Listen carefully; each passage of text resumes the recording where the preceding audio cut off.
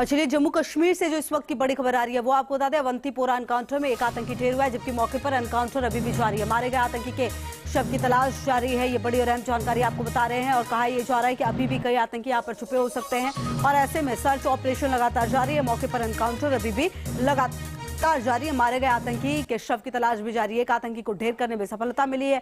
सुरक्षा बलों ने पूरे इलाके को घेर लिया है, क्योंकि कहा यह जा रहा है कि कई और आतंकी ऐसे हैं जो यहाँ पर छुपे हो सकते हैं। ये बड़ी और अहम जानकारी आपको दे रहे हैं। अवंतीपोरा में एनकाउंटर लगातार, यहाँ पर पुलिस प्रशासन देखिए सतर्क पूरी तरह से और सर्च ऑपरेशन भी लगातार चल रहा है। और फिरदौस हमारे सहयोगी ज्यादा जानकारी के लिए इसी खबर पर हमारे साथ जुड़ गए। फिरदौस, क्या जानकारी मिल पा रही है जो आतंकी मारा गया है उसके बारे में, और साथ ही साथ यहाँ पर पुलिस का सर्च ऑपरेशन अभी भी चल रहा है क्योंकि कई और आतंकियों के छिपे होने की आशंका है?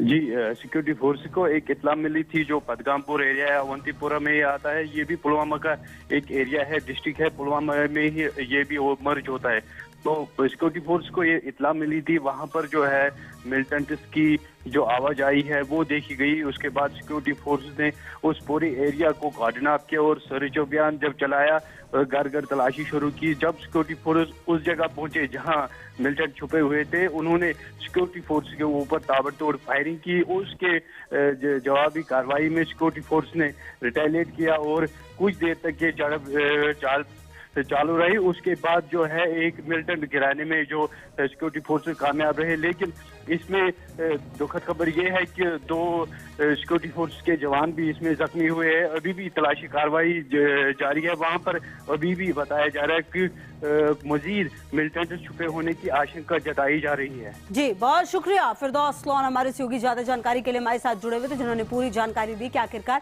किस तरीके से पूरा मामला आगे बढ़ा। देखिए, जम्मू कश्मीर में हिंदुओं के टारगेट किलिंग्स की मोड्स ऑपरेंडी के खिलाफ सुरक्षा एजेंसियों ने बड़ा कदम उठाया है। हमले में शामिल लोकल आतंकियों का कच्चा चिट्ठा तैयार किया जा रहा है और उनकी प्रॉपर्टी सीज की जा रही है। कुछ ऐसा ही हुआ जम्मू के रामबन में, जहां 3 लोकल आतंकियों की प्रॉपर्टी सील कर दी गई और अकाउंट को फ्रीज कर दिया गया। देखिए ये रिपोर्ट। आतंकियों का बजा बाजा, खाता बंद, प्रॉपर्टी सील। जम्मू कश्मीर में सीमा पार आतंकियों की मदद करने वाले अब लोकल आतंकियों और ओवरग्राउंड वर्कर्स की खैर नहीं। अब उनका ऐसे ही बैंड बजेगा, जुलूस निकलेगा, उनके घर पर पुलिस पहुंचेगी और उनकी प्रॉपर्टी को कुछ इस तरह सील कर देगी। जम्मू के रामबन में पुलिस ने गुल ब्लास्ट में शामिल गजनवी फोर्स के 3 आतंकियों के घर और उनके दुकान को अटैच कर दिया और बाकायदा अनाउंसमेंट करके पूरे इलाके को इसकी जानकारी दी गई।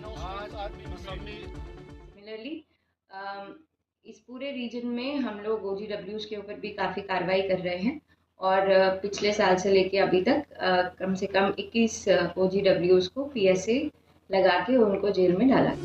दरअसल पिछले कुछ महीनों में जम्मू में हुए आतंकी हमले और धमाकों से मिली जानकारी के बाद सुरक्षा एजेंसियों ने पाकिस्तान में बैठे उन आतंकियों की लिस्ट तैयार की है जो बॉर्डर क्रॉस करके पाकिस्तान गए हैं और वहां से अपने पुराने कॉन्टैक्ट्स का इस्तेमाल कर आतंकी गतिविधियों को अंजाम दे रहे हैं। कुछ दिन पहले उधमपुर ट्विन ब्लास्ट और ड्रोन के जरिए पाकिस्तान में बैठकर हथियारों की सप्लाई करवाने वाले आतंकी मोहम्मद अमीन उर्फ खुबैब की डोडा वाली प्रॉपर्टी भी अटैच कर ली गई।